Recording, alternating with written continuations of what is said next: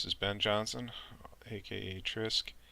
I made the E2 M4 Redux Doom-wad as well as the Island Doom-wad, and I'm working on an upcoming wad called Downtown, which is not really related to the downtown map in Doom 2, although it started out as that. I had a request from someone to do some tutorials, so I thought I'd try doing one and see how it went. Specifically, they wanted a tutorial on how I create my destructible particles. So I thought I would walk through doing a simple thing. And if people have other things they'd like to see tutorials of, questions, whatever, you can send them to me. And I don't know everything. I'm not the best at Doom editing, but I can possibly do tutorials on at least some of the basics.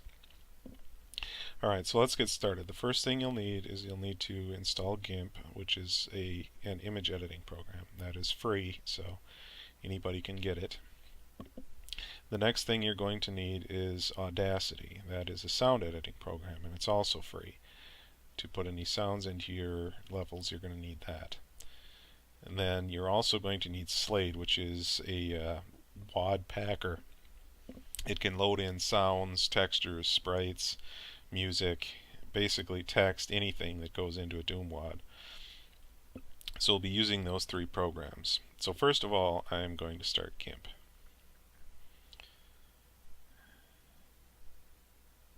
And once it loads up here, I've already been on the internet. I'm working right now on a office building. So I need things to put on the office desks. And one thing I thought of that you'd usually see on somebody's desk in an office is a stress ball. So I have decided, why don't we do a stress ball? So I've got all my sprites saved into directories here. Go to Office Stuff, Stress Ball, and I already found one online. Just either did a Google or DuckDuckGo search for stress ball. So let's load it up. And here we go. Now this image is extremely over resolution. If you look here, I can zoom way in before you can start to see pixels on it. And there's no reason we're going to need it to be that big. But we do want it to be too big. And we will get to the reason for that a little later. So I think the first thing we should do though is shrink this down to something a little more manageable. So I'm going to go up to Image and Scale Image. And then the height I'm going to change to 1500. And when I do that, it'll automatically change the width in proportionate ratio. So we'll scale that, and there we go. Now the pixels are not quite so incredibly tiny. Now it's still way too big, but again, we do want it too big. And we'll get into that a little later. Okay, now the next thing you might think is chroma keying. And I have tried chroma keying, and I just don't think it works that well. Maybe my chroma keying software is crappy. It's probably 10 years old or more now, so maybe they've gotten better stuff now. But besides that, even if we did have chroma key, we wouldn't be able to chroma key out this guy and these other two stress balls. So really what I find a lot of times is the best thing to do is to just go through and actually just take the time to cut it out perfectly myself. So what we would want to do then, therefore, is erase the, sorry, that's my cat. We would erase, use the eraser on the pixels. And we want to change it to a hard edge because we don't want this to be anti-aliased at all. But when I go into delete, you'll notice it doesn't actually delete it to transparency, it deletes it to white, because that is my background fill color. If I change my background fill color to black, now it erases to black. We wanted to erase it to transparency.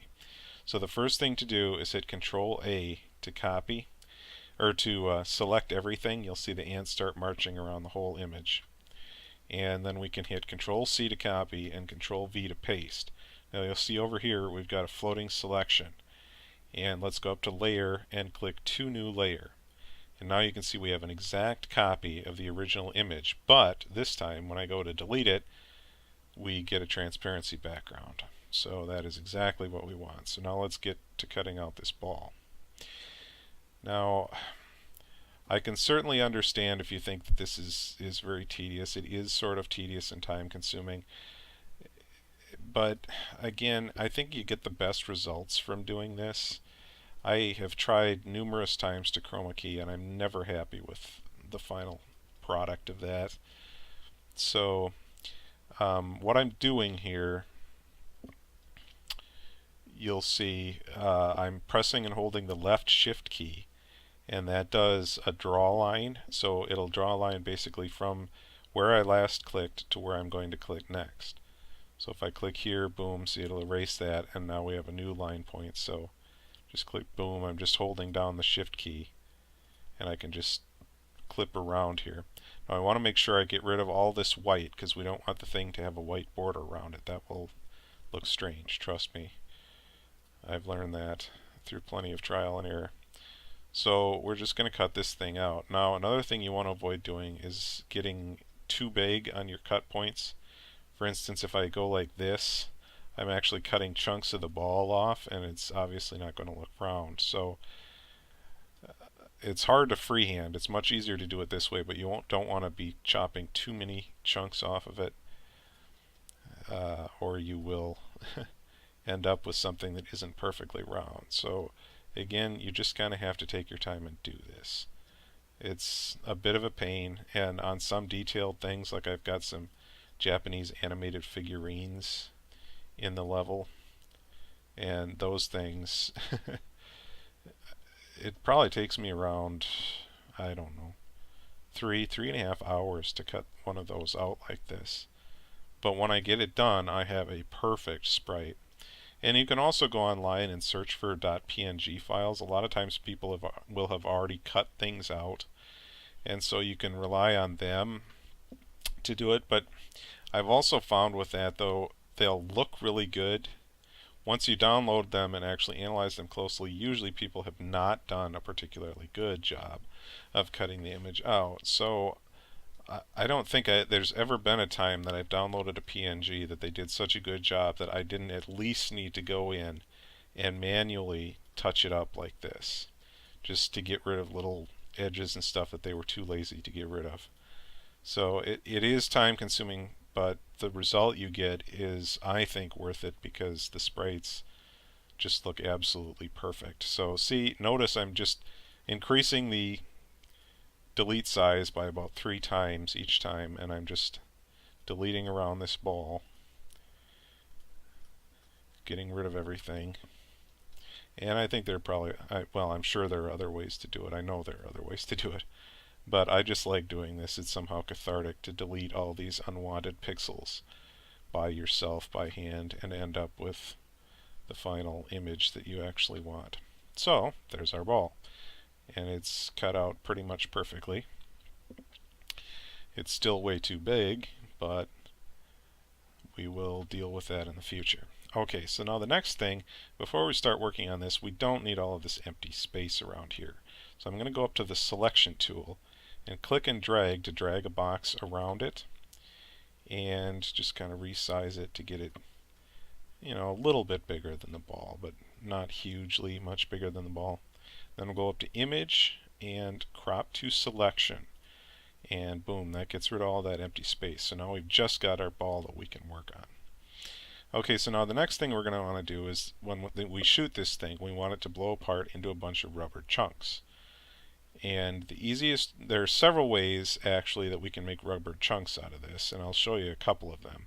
So first of all, again, just like we copied the layer, we can do Control A to select everything, Control C and Control V. That pastes another layer, and then we can do 2 new layer.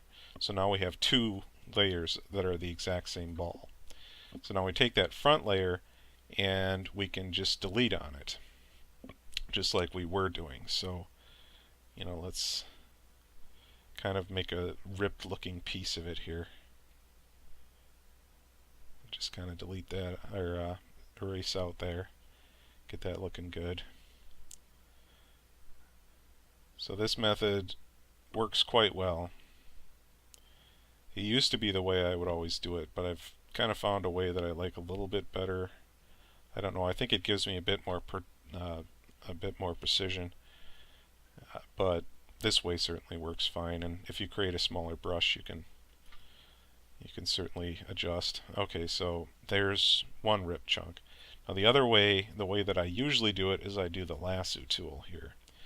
So again, we can just grab another chunk of this ball. Let's grab one over here so it's a slightly different color. And we'll just kind of squiggle it out like it's a torn piece of rubber. Do it like so. Okay. And now with the ball layer selected, we can just do a Control C to copy it and a Control V to paste it into a floating selection, and then layer to new layer. And now see, that has created a new chunk. Okay, so we've got a couple of chunks of rubber ripping out of this thing. The next thing I think I want to do is let's get the face out of there and get that as its own big image. So I'm going to go in here and cut this out. Again, try to make the edges look a little bit torn. When you're destroying things, you can go on Google or DuckDuckGo and try to find images of these things being destroyed, like shattered plastic or torn rubber, and kind of get a feel for how the things look when they actually get torn apart. I looked up rubber and it kind of looks like this, so I'm going with this. So again, Control C to copy, Control V to paste, and then layer to new layer, and we've got our face. Now another thing I want to have this face do, since it's so big, when it lands on the ground and stops bouncing around, I want to have it tip over. So let's make a duplicate layer. So now we have two layers of the face, and the second one, these are the transformation tools in GIMP, and we want to squish this thing down. So we're going to use the scale layer selection and click on it, and now we have a grid around it, and we can just go up to this top one and drag it down, and see we're creating a squished version, which is going to be this is tipped over. It'll give the illusion of it having tipped over when it lands on the ground. Okay, so there's that. Now if we want to add a little definition so it doesn't look like it's flat as a pancake, I can again duplicate it and then drag the front one up a little bit, like so. And then let's go into this back one and colors, brightness, contrast. Turn the brightness and contrast up. That's a little bit too much. There we go. That looks good, just like that. So now it kind of looks like a torn edge of rubber. And depending on how thick you want to make that, you can duplicate this back layer and drag another one to make it, make it thicker, etc., etc. And then once you're happy with that, just merge them down into a single layer. Okay, now the next thing I want to do is I want to add a little curvature, because this would have been, the ball would have been curved. So again, I'm going to do some of the transformation tools. So let's change layer to image size so it doesn't have that yellow box around it. And let's go to the shearing tool. First we have to select a chunk of it. So let's select one side of him and grab the shearing tool, and let's shear this like about so.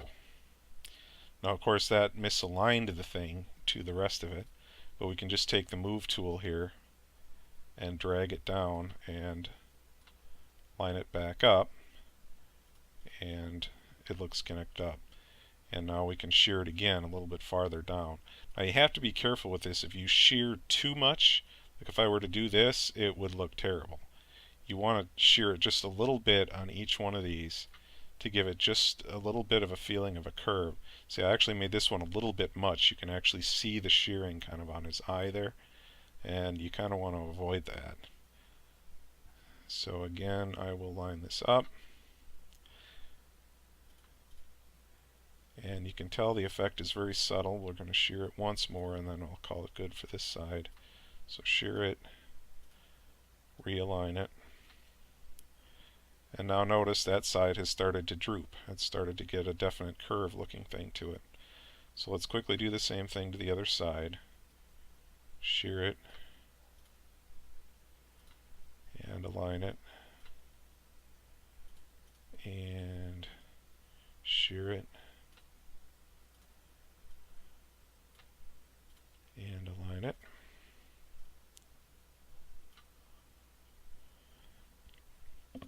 And let's do it once more.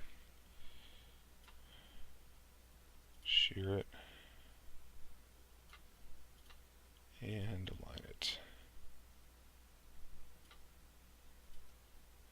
So there we go. Now this layer has kind of a subtle curve to it. And you see we've got a couple of nice animated frames of this ball, the face, falling over onto the ground. So I'm thinking that's looking pretty darn good. So okay, we've got a couple of layers here to use for our particles when this thing blows apart. Now let's do one other layer. So we'll go back to this, and let's have the bottom of the ball actually stay where it was when you shoot it. So it will actually remain in place. So the way we're going to do that is I'm going to again take the lasso tool and grab the whole bottom part of this ball, like so. Alright, so again we'll Control copy, Control V to paste, and then layer to new layer. Alright, so now we're going to want to go back to the ball and actually do another one. You'll understand there is a method to my madness. You'll understand in a bit. So again, we're going to select this, kind of make it a different shape from the previous one. And there we go. Again, Control C to copy, Control V to paste, layer to new layer. So now, I'm going to move that one back behind it. We've got two layers, that one, that are chunks of this ball. So why would we do that? Well, you can see why we would do that, because when we look at this, that doesn't look like much. It looks like a flat piece of paper that's curved. And we can add some fake dimensionality to this by making the back side, quote unquote, of the ball. And the easiest way to do it is you can just do brightness and contrast and just lower the contrast on the back, and boom, suddenly, wow, that suddenly looks like the ball has a back side to it. But one trick I like to use is actually inverting the color. Now see what that's done. The normal ball gradient was light up here and gets darker and darker down here. By inverting the color, I've made it dark up here and get lighter and lighter down here. So it kind of inverts the gradient on it. And then you can just go to hue saturation, drag the hue bar to 180 degrees, boom, it's going to be red again. And now the gradient is inverted. And see how that creates a really nice looking effect. It really gives it a look like it's 3D and like the light is hitting it, etc. Very good looking thing. So now I'm just going to move these layers back together. So merge it down. And there we go. There's the base of our ball. So that's it for the sprite work. I think that's good enough. You know, if I might make a couple more sprites, but for the sake of brevity, we'll leave it at this. Okay, so the next thing to do here is to shrink this down to the actual size that we're going to use for the sprite. Because right now it's way too big. I mean, this thing, you don't need that much detail. This is, remember, going to be a little tiny stress ball sitting on a desk. It's not supposed to be the size of a cacodemon or larger. So then the question is, why make it this big? Why not just make it small to begin with? Well, if you make it at the right size, you'll notice this edge we've cut out is very sharp. It shows each pixel very clearly. And by going in here, and now let's scale this thing down, and let's do, say, let's do 256. Let's just do 256. That'll resize, and it'll automatically adjust the width in proportion. So scale it down. And now look what's happened to the edge here. See, rather than that sharp edge, we've got a nice anti-aliased edge that will look much smoother when you move in and the pixels actually start to get big. That basically helps give you some free detail there. Okay, so now that's resized, and now let us save our sprites out. So unfortunately with GIMP, you can't use save and save as. The only thing this is for saving as a GIMP project. but Doom can't read a GIMP project, so you have to do export as. That's the only way you can export it as a PNG, which is generally the format you're going to want to use. Alright, so then on the subject of naming these, the sprite name is extremely important in Doom. The first 4 letters of the sprite name are the identifying letters for the sprite. So let's call this S-ball. Again, you can only use 4 letters. It can't be any longer than that. So you'll have to be creative in coming up with something you can recognize. Now the next thing you're going to put in is going to be another letter, A through Z. And this represents the frame number, quote unquote number, actually letter, but it's the number of frames that can be in this S-ball group. So since this is the first frame, I'm going to make it frame A. So that's going to be the first frame. And this will be important once we get to coding the logic. And then the final thing to put in is a number. Now this can be either a 1-sided sprite, an 8-sided sprite, or a 16-sided sprite. And the way you put these numbers in will dictate to GZDoom, what kind of sprite this is. Now this thing is just a 1-sided sprite. We want it to always face the camera. We're not going to have the ball rotate around or anything. So I'm going to put a 0. That tells it this is a 1-sided sprite. No matter what side you're on, it will always just show this angle. So we're going to export that. Whoops, and I forgot to put .png. So yes, so sball a0.png. Export that. Alright, then we'll go to our next frame and export that, and we're going to make this one frame B. Okay, and then our next one, export as, we're going to make this one frame C. Unfortunately, there isn't a way to automatically do this in GIMP. You can in Photoshop, but I stopped using Photoshop when they went to a stupid monthly subscription. I'm not going to pay their outrageous fees, so GIMP works just about as well. It's missing a few features, like it doesn't have as good a chroma keying options, but it works. So, alright, save that one out as E. And then finally our ball base layer out as F. Okay, sprites are done, right? Well, no, they're not, actually. The problem with them now is if we open them back up, we will see that they have a huge amount of blank space around them. Not only will this waste file size, making your WAD bigger, but it will also add extra stress for GZDoom when it goes to have to render these sprites. So we can get rid of all that extra space in a very simple, easy way. Just go up to Image, Auto Crop Image, and boom, there, it's fixed. And then again, you have to export, so we're just going to overwrite F, and then close it, and then go to the next one, Image, Auto Crop Image. Boom, it cuts it down. And again, we overwrite it. You can just ignore this pop-up box. That's just it being stupid. It wants you to save it as a GIMP project, but we don't want to save this as a GIMP project. Alright, so again, we'll overwrite that. And auto crop and overwrite. Keep doing this through all the frames. And finally, when we've done that, the sprites are now ready to put in. So we are done with the GIMP for now. Okay, so the next step is to get a sound file for this thing. We want it to make a nice loud pop sound when it bursts. What I would recommend is freesound.org. They are a user-created website with thousands of sound effects that people have made. And you can usually find things that sound really good, very good quality stuff. I searched for balloon pop and I didn't find a lot here, but let's just go with this one. This one will do. I already downloaded it. It's got a lot of silence though, so we'll need to do some editing, and you can kind of hear a metallic ring. Hopefully you can hear that.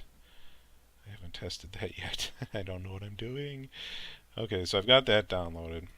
So let's prepare that. So we're going to go into Audacity. and we're going to open and go to our Doom directory, and I've got all the sounds in a sound directory, and this one is called Sirral Bursting Balloon. So I'll open that up, and there's that file we just listened to. But we don't want all this silence, so let's delete a bunch of this stuff. So I'm going to delete at the front of it and delete again at the back of it. Then you can click this button here to zoom back in to see it in greater detail. Let's delete a little bit more of that. And then let's do a fade out here to the end so that it isn't too loud. Or it doesn't all of a sudden cut off. I mean, excuse me. Okay, now I am leaving a little bit of silence there. The reason is if it instantly pops, it will pretty much be hidden by the sound of the gunfire because it's an awful lot like a gunshot. So by leaving a little silence, I'm hoping to differentiate it from the gunshot just a bit. Okay, so again, GIMP, you can't just save the file. It will only save, or in Audacity, just like GIMP, you can't save a file. It will automatically want to save it as an Audacity project. We don't want an Audacity project. What we want is a Ogg Vorbis file. That's the smallest compression with the best quality that you can get. Since we don't know the speed that people's downloads are going to be at, whoops, not Sprite sounds. This is what we want. So we're going to change this to an Ogg Vorbis file, and let's just call it pop, all in caps. So save that. Now I like to put this stuff in here. If anybody were to ever actually look, then it has the name and the person who made it. That way they can look it up and it gives proper crediting to the person who did the bursting balloon. So freesound.org. Whoops, yeah. Okay. That'll identify if anybody looks up, wants to see where the sound was from. Give credit where credit is due. Alright, so now that's exported, so that's done. Now we're finally ready to load it into the file. So let's open Slade. And I'm going to open my WAD file here. This thing is huge, so it takes it a few seconds. Now, I'm not going to go through the setting up of this file. If people request it, I can do a tutorial on how you set this thing up. But basically, I'm going to assume you know how to do that for now. So first of all, let's go in the sounds folder and let's load our pop sound. So I put these in alphabetical. You don't have to put them in alphabetical, but if you don't, it gets to be a nightmare to try to find anything.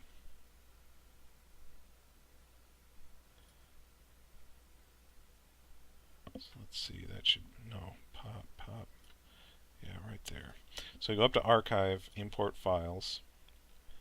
Oops, and we got our stress ball frames up, so switch to the Sounds directory.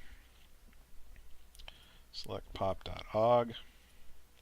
And there's our sound loaded in. Alright, but GZDoom can't address a straight Ogg file, so we need to add a stupid, really frivolous line of code to the sound info file. So we're going to go in here, and again, I don't have this alphabetical, so it's a big mess. So I'm just going to type in pop. And what does that do? Well, it defines what the sound is going to be called within GZDoom. So it's going to be called pop, and then what the file it is going to reference for that sound, which is the file pop. So it's kind of stupid. I wish you could just address the sound files directly. It seems like that would make a lot more sense and you wouldn't even need most of this file. But that's the way you do it. And don't forget to save it before you close the file out. So we got that saved. Alright, now it's time to make our decoration. So I'm going to open Decorate, and the thing is, I've got hundreds upon hundreds of sprite objects. And to put them all in Decorate, which is where they're supposed to go, it just gets overwhelming and gets so hard to find your different sections if you try to put stuff in proper sections. So I've created several subtext files, particles.txt and a couple of others, that I have more decorate functions in. Now again, these can all just go in decorate, but by splitting them out, I get basically a more organized setup. But Doom does not know how to read particles.txt. That's not a file it's aware of, and it won't pay any attention to it when it goes to load. So you need to come into the decorate file here, and you need to add pound include space quote particles.txt quote. So what'll happen then is that when it reads down to this line, it'll stop reading this file, it'll go and read this entire file, and then it'll continue reading this file.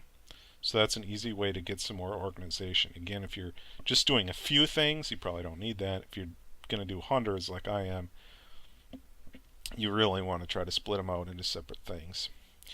So the particles are basically going to be the chunks of the ball that explode off when you shoot it, and the actual ball itself and the code to make those chunks pop off will happen in the decorate. So let's create the particles first, because we can't create the decorate that calls on the particles before we've created the particles. So the first thing we want to do is create an actor. Every decorate is an actor, I believe, and you need to name it. I always put AT before my stuff. You don't care why, it's not really important, but let's call this stress ball, and you can name this anything you want. So I might do another stress ball or even a couple stress balls, so let's call it stress ball 1. And then this isn't the actual sprite itself, this is one of the particles, so let's call it bit 1. And again, you can name it anything you want, whatever floats your boat, whatever you can remember. I just call them bits because it's the chunks coming off the thing. Then finally you need a number. That is an identifier. Every decorate item needs to have a unique number. So you can't double up. If you double up, you'll have problems. And then I put in a little comment here just to remember what it is. Red angry face stress ball. Alright, so now we need to do an open squiggly. I can never remember what this thing is called. It's the thing to the right of the P key. It's not an open parentheses. It's the thing to the right of the P key, a squiggle. So we'll open that, and now we start declaring the features of this particle. So first of all, this is not an actual sprite that you're going to interact with. This is just a little piece of rubber that's going to fly off and land somewhere and then be forgotten other than looking cool. So let's make it height 0 because we don't want it to have any height or interact with the world in any way, and radius 0. Alright, now we do want to make it into a missile. Now this isn't actually a missile that will hurt someone, but it is still a missile. And there are occasions when you really don't need to make it a missile, but I find that it's easiest because a lot of times they do need to be missiles. So I just make them all missiles, and that way I never have to try to remember, to put this line in or not. Everything's just a missile. Any of my particles are always going to be missiles. Okay, so then I want to force XY billboard. If you'll remember on Doom, well, GZDoom, if you look up, if you're standing above a monster and you look down at it, it will look like a flat cardboard cutout moving around below you. And that's because it's not billboarding on the Y plane. So by force XY billboard, what that does is it means even if you're above the sprite looking down at it, it will always face directly towards you. You're never going to see a cardboard cutout. And for a small particle like this, that just makes sense. There's no reason to make it flat. Okay, then we want to establish the gravity on this thing. So I found gravity of 1 is the standard Doom gravity, but I found that is way too strong. Stuff just plummets to the floor super fast and super hard. What I've found by testing is I think a gravity of 1/4 is about kind of like Earth realistic gravity, maybe a little bit less to make it look more dramatic, but it just feels right to me at gravity 0.25, so that's what I do for the majority of things. Alright, so then we need to do a scale for this thing. So let's arbitrarily, you'll kind of get a feel for what close the scale needs to be through trial and error, but You're almost always wrong and you'll have to come in and tweak this, but I'm going to put 0.03125. That's the binary. That's basically 3% of the normal size. So, if this thing was the size of a if the sprite was the size of a cacodemon normally, this will shrink it down to be 3% of that size, which is what we want for a very high detailed sprite. We want a huge sprite that's shrunk down to size. Okay, so that's it for the definitions on this thing. Now we can work on the states. So we'll put in states and then another open squiggly in the thing to the right of the P. And it's going to have two states, spawn and death. So for spawn, we'll put that in, and then we'll put in sball, which is our sprite, and our first particle, going back here, let's go and get our sprites back up again.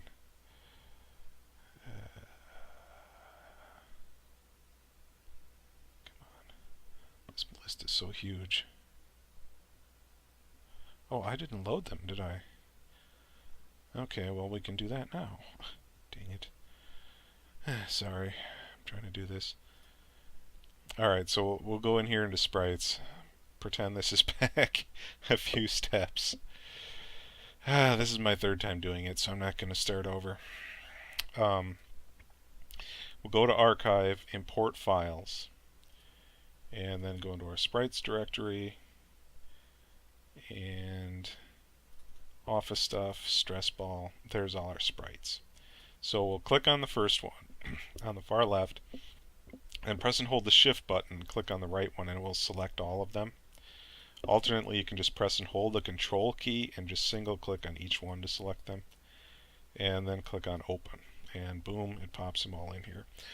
But we need to tell it that these are sprites, and we need to tell it where these sprites go. So the first thing we want to do is we want to switch it to sprites so that Doom knows, okay, this thing is a sprite. Now these lines here, this one represents the floor. So in any given position where this ball is, that's the floor. So if I have any part of this ball below that, it's going to be cut off by the floor. So right now this ball wouldn't even be visible. So we want to make it sitting just on top of the floor. So I'm going to zoom in so that I can see a little bit better. And then I'm going to place it right about there. And that's pretty much right in the middle. Yeah, that's right in the middle. You can line it up. Here's the total size, and you just want this to be half. So half of 211 is 105, so that's right in the middle. So then we'll save that. Now this line is the center point axis of the sprite. This is the line, this is the axis it will rotate on when you're moving around it and it's rotating towards you. So you don't want to have it way over to the side because it will appear like the sprite is moving. You want it to be right in the middle, as much into the middle as possible. So now we'll save that sprite and go to the next one. This is just one of the chunks of rubber. And another chunk of rubber. And here's the face. So we're going to want to line this up with the second one. This is the tipped over face. So we don't want them to go from side to side. There you can see it's going pretty much straight down, maybe a little bit to the left. Okay, so there it looks like it's just tipping over. It gives the illusion of it. Alright, and then finally we have this bottom chunk that's going to just stay there when the ball is destroyed. Alright, so now this, we want to again match this up with the actual sprite so that it doesn't move at all. There, see, when we cycle between these two, it remains perfectly still. So now we've got our sprites put in. Okay, so now that part's done. And now let's go back to the particles. I apologize. Like I said, I've been doing this for 7 hours now. I've been trying to get this recorded and I keep screwing up. So we're just going to leave that in there. So the first thing we're doing for these particles is going to be frame B, which is this chunk of rubber here. So we will tell it this is frame B. And since this isn't animating in any way, you could animate this by putting like C, D, E, F, G, whatever sprites you have them play in order. But we only have one, so we're going to put in B only. and then the next number is the interval that it will show this sprite. So for instance, Doom operates on 35 ticks per second. So say I wanted it to show sprites B, C, and D, and I wanted it to change the sprites every half of a second. 17 ticks is half of a second. So this will show sprite B, wait 17 ticks, then show sprite C, wait 17 ticks, then show sprite D in 17 ticks. Then you can just type in loop, and once it finishes that, it will start it over again and shows B for 17 ticks, C for 17 ticks, and D for half a second. Okay, so that's how that works. It just goes on ticks. There are 35 ticks in a second. But we just have one sprite, and we just want it to show. So I'm just going to put in the B and a -1. That means to show it indefinitely. Alright, and then I just put a loop in here. Now since that's going to show indefinitely, it should never actually need to display the loop, or never actually need to hit the loop. But I put it in there. That's just the way I was told to do it as a safety catch, so I always do. Okay, now the only other state of this particle, the spawn state is the state it'll be in when it flies through the air, and the death state is the state it'll be in when it lands on the ground. Now again, for this particular one, we don't need a spawn state and a death state, but I make them all into missiles which need a spawn and death state, just because, like I said, for simplicity. So don't write me and tell me you don't need to do that. I know you don't need to do that. So we'll just, again, make this S ball, make it sprite B, and make it infinite, and then put a stop. So that ends the death animation of this thing. Alright, so there's our first particle. Now the advantage of doing this, once you've got it typed in, you do not need to type this whole stupid thing in again. Whoops, here it's stress ball chunk. So I'm just going to copy this and go down, and I'm going to paste the second copy. Alright, so we can make this bit 2 and make it the next number in the sequence. And so now this is our second chunk, so we can just change it to sprite C and sprite C under normal circumstances.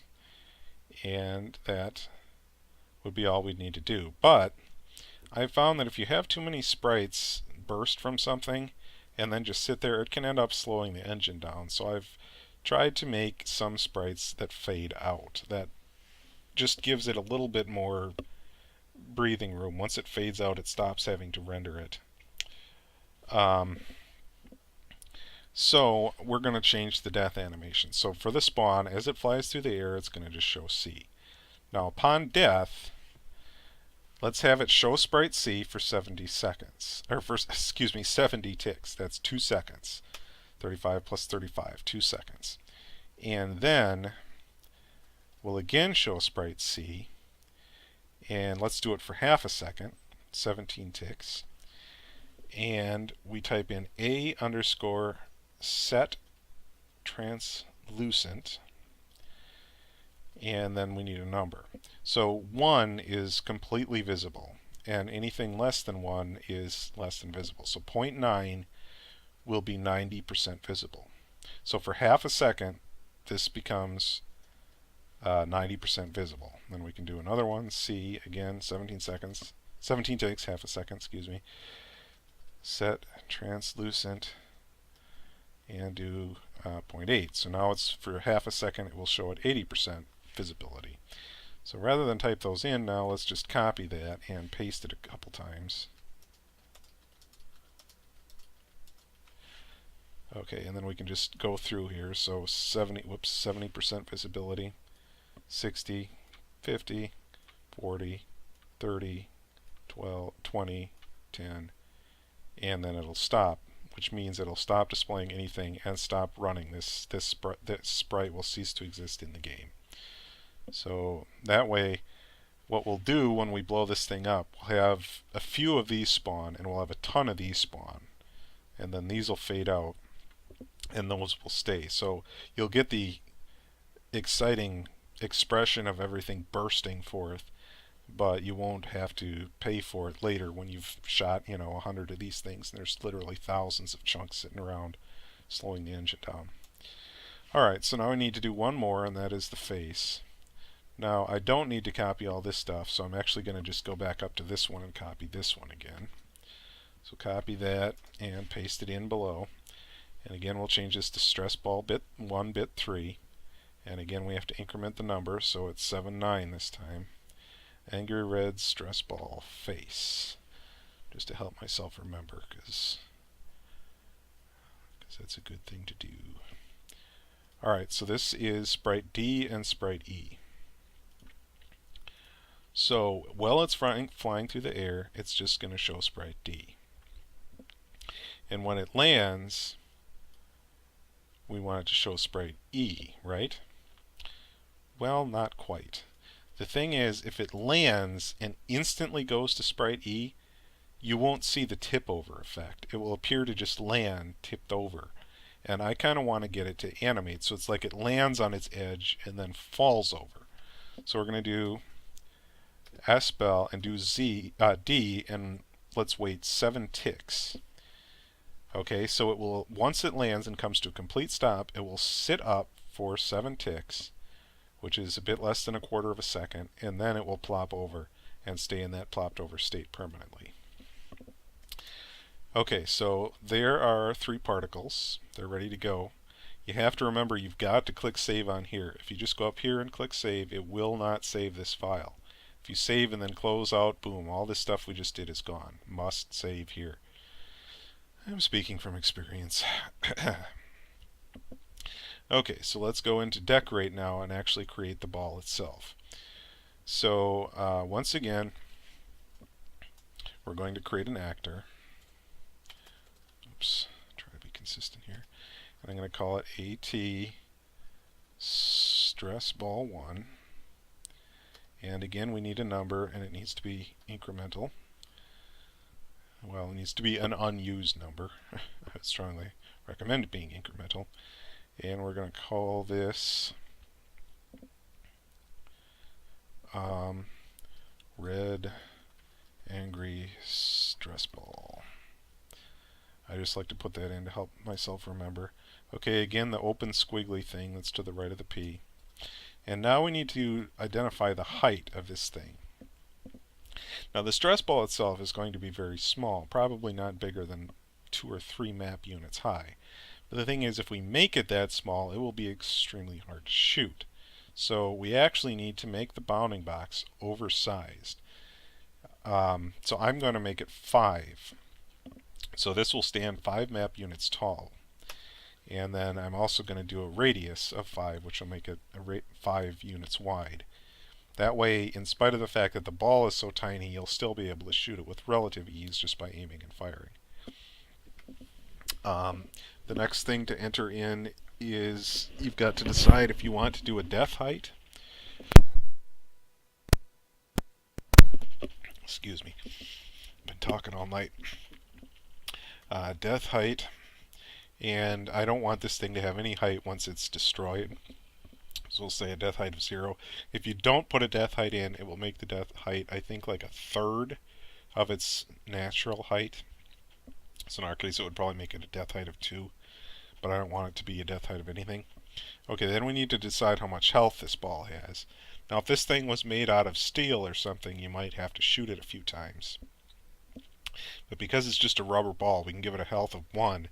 That way, if it's hit by anything, even the smallest bullet or smallest punch, it will immediately blow apart. And you can mess with health, 10, 20, 100. Some of the bosses have several thousand health in Doom. Alright, so health 1, instantly it'll blow up. Now, by default, everything bleeds, so we're going to do plus no blood to tell it not to bleed. Now, by default, you can't shoot something, so by doing plus shootable, that tells it, okay, this thing can be shot. Now, it will default to it being a solid thing, but when you step onto this thing, it will actually lift the Doom guy up 5 map units.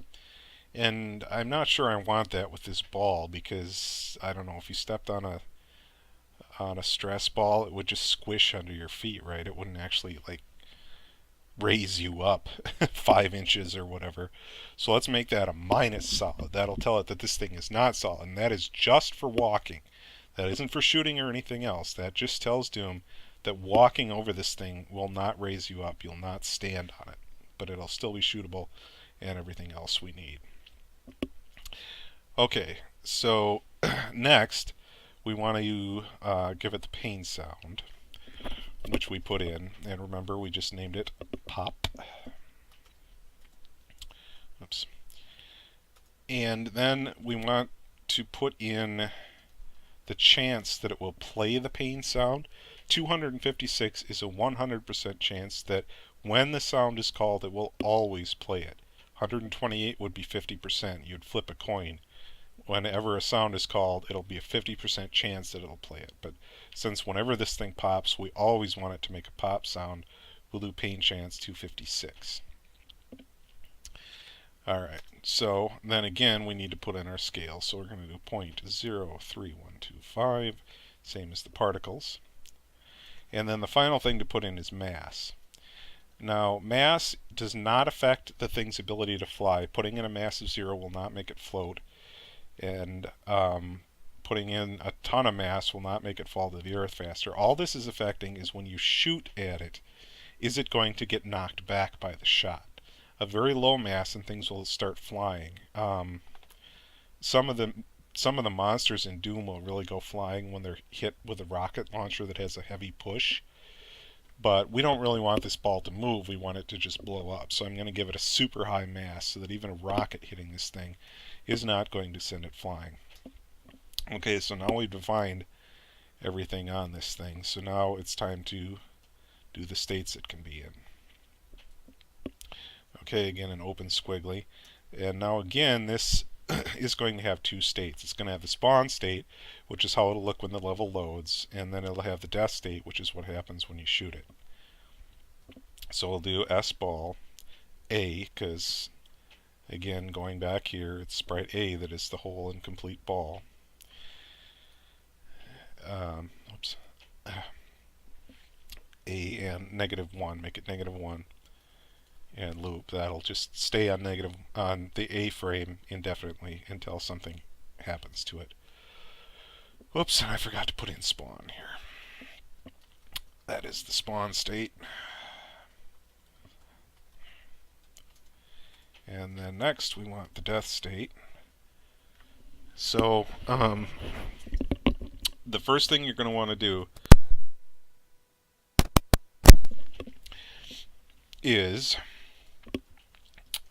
S ball A, and we're going to want it to take this to take 0 ticks. We're going to basically give it a bunch of instructions that don't take any time at all, and we're going to tie them to these frames. So this is going to happen instantly.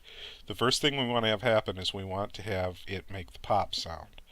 So that is the pain sound. So we do A underscore pain, and that will tell it to play this pain sound. Now if this was at a pain chance 256, when I make this call, it is going to be a 100% chance it will always play it. If this is at 128, when I make this call, it'll only play it half the time.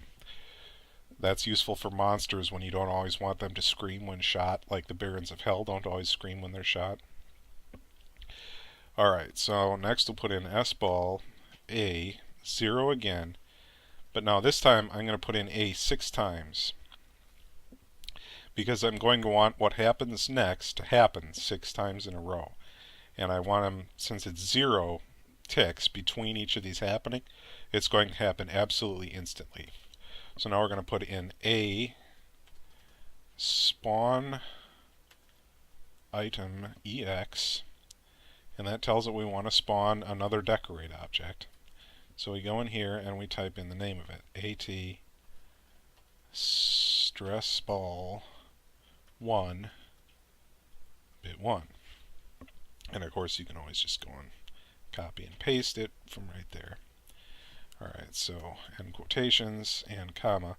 And now we're going to tell GZDoom where to place this new spawned particle and if we want to have it fly anywhere. So the first 3 things we're going to put in are its X, Y, and Z offsets. So we're going to say, we're going to make this random because we want the different particles to randomly appear and blow out from a different spot. So let's do random -2, comma 2. That will make it appear, this is left and right, the x is your left and right, so that will make it appear either anywhere in between 2 map units to the left and 2 map units to the right of the actual original ball. Okay, so we'll do that. Now we have the y offset. This is closer and farther away from you. So again, we'll do 2 and -2. And then the z, which is up and down. Now we'll have this be between 1 and 4. So it'll appear either 1 map unit, in between 1 map unit and 4 map units above the ground. Okay, so now we've got the velocity, how this thing is flying. Do we want it to have a left-right velocity? So I'm going to say yes. Let's do 0. No, let's do 1, comma 4. So it'll be pushed either 1 map unit or up to 4 map units in the left-right direction. Then we've got the y velocity. Again, we're going to do it. This time we're going to do 0. The reason I have the first one at 1 and this one at 0 is because I want every particle to at least fly a little bit away from the ball. Otherwise, if they're both 0, there's a random chance when it rolls these randoms that they'll all come up 0, and the particle will just fall to the ground, which is not what we want. We want these things to go flying. So they're at least going to go flying a little way by doing that. Okay, so next, finally, is our up and down. We've got our left and right, our forward, backward, and now our up and down. So random, and let's make this 1 to 5. That should do good. Okay, and then finally is our angle. So for this, I want it to be 0 to 360 degrees. So it can shoot these particles off in absolutely any direction on the compass. And that also makes all of this stuff, the left and right and forward and backward, all irrelevant. But, well, at least in terms of absolute direction. If you do want them to be absolute direction, don't make this random. But since I want these to spray in all different directions at all different velocities, this is the best way to get it to just go crazy. Okay, then we don't have any flags to declare for this thing, so we can just close that. Okay, so that will instantly spawn 6 of stress ball bit 1. So now we can just copy and paste that line and make this stress ball bit 2. But now this is our disappearing one, so I want the bulk of the chunks of rubber to be this thing. So I'm going to make a whole bunch of these. So these will go flying, land, and disappear. And again, since it's 0, every single one of these is going to spawn instantly in the engine. Okay, now we're going to do it one more time. But this time it's the face, and since the ball only has one face on it, we're only going to do 1A, and we'll do it as bit 3.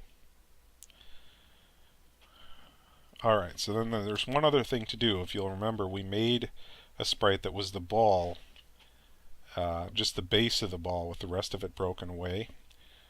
We're going to go here into decorate, and the last line we're going to make it S ball F and -1, so it lasts forever.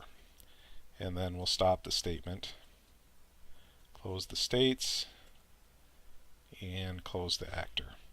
So now that should be our stress ball. Look and make sure I got everything in here, I hope. It should tell it all of the things that GZDoom needs to know to make this thing work. So next up is testing. Okay, so here we are in GZDoom, and let's go ahead and load up the map, which is this one right here. This is my office building / cubicle farm, and you can see this big area here is a giant cubicle farm, and then there's kind of a hallway with the entrance doors, receptionist desks and reception chairs. Got an elevator here, a boss's office here, another cubicle farm here, small one, and then a knock / server room right in here. So pretty standard for this kind of building. Let's go ahead and put our stress ball in the world and see what we came up with, if our guesses on size and such things are right. So I go into hit T to go into things mode, and then right click to spawn a thing. And of course by default it always spawns player 1 start. So we're going to go down here to decorate, and there's stress ball, again alphabetical in the decorate section, AT stress ball 1. So we'll open that up. There's our stress ball sitting in the world. So good. So far so good. Let's place a couple of them. And first thing we can do is go into the 3D edit mode and look at it. It's looking pretty good, I'd say. The cube around it I think could use to be a couple of spaces taller. That cube you're seeing, that's the shooting boundaries. So if somebody shoots at this, they have to hit that cube in order to hit the ball. That's true of all sprites, be they like this office chair or the phone here. You can see that cube, that shows what it'll hit. And I like to make it slightly larger, especially on small things like this, because otherwise it can be kind of easy to miss. Let's take a look at it in Engine.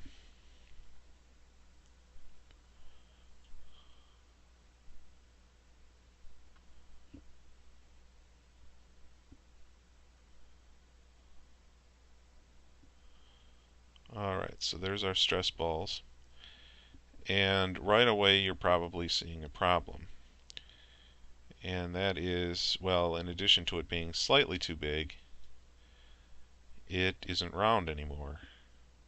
So what the heck is up with that? Now this is something that confused me for a long time, much longer than I would care to admit, but Doom does not actually treat pixels as a straight square like any modern game does. It treats them, it's a pixel in Doom is 1 unit wide and 1.2 units tall. So they're actually taller than they are wide. So you can see, even though in our paint program this ball was perfectly round, here in the engine it looks squished. So we've got two problems with it so far. It's a little bit too big, I would say, and it's squished. And I did that on purpose because I wanted to kind of demonstrate that to you, because this is a concept that I was really confused by. Why were things the wrong shape? So let's drop out of the game and go back and do a little editing here. Okay, so there's our decorate lines. First of all, it's a little bit too big. So I'm thinking let's put it down to... the thing is, you make it too small and it gets hard to hit. So let's say 20027. And I want to change that bounding box a little bit. So let's put it up just one map unit. So height 6. So that'll make the shooting box just a little bit bigger. Now, to fix that scale problem, we're going to make that the Y scale. And remember, it's 1.2 times taller than it is wide. So we need to multiply the width by 1.2. So I'm just going to open a calculator on another computer here and do 0.027 times 1.2. And I get 0.0342. So we'll make our X scale 0.0324. And now that should correct that problem, and it's also going to shrink the size of the ball down. And let's also shrink our particles down too. So we'll just copy and paste over the scale this new X and Y scale. Alright, so save that. Again, remember to save these first, because if I just go up to File, Save, and I haven't saved these, it will not record the changes I've made. That's an annoying thing, and I have lost work more than once by forgetting to do that. Okay, so once this turns black, it's done saving it, so we can go back and try it in the game. So again, let's test the map.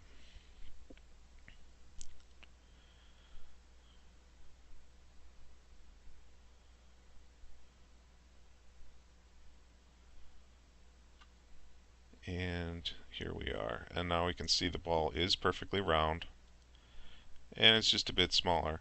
It's still probably too big for a stress ball, but in this case, if we make it much smaller than that, it won't blow up particularly interesting. And let's see how we do with our shot.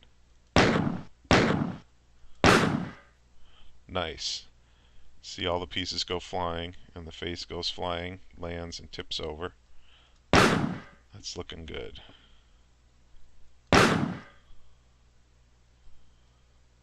It's looking very good. Okay. You can hear the pop sound and everything, so I think that's pretty good right there. So, a lot of the sprites that I do are just expansions of the things we just did in there, like, for instance, this tree.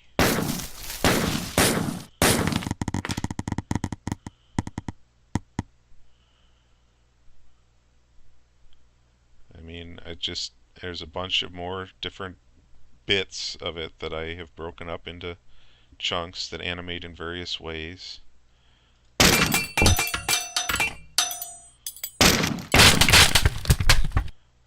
So that is the general idea, and I do hope you enjoyed this look at how I make my sprites. And again, if there is a positive response to this, if people find this helpful, I will maybe do some more. So thank you very much.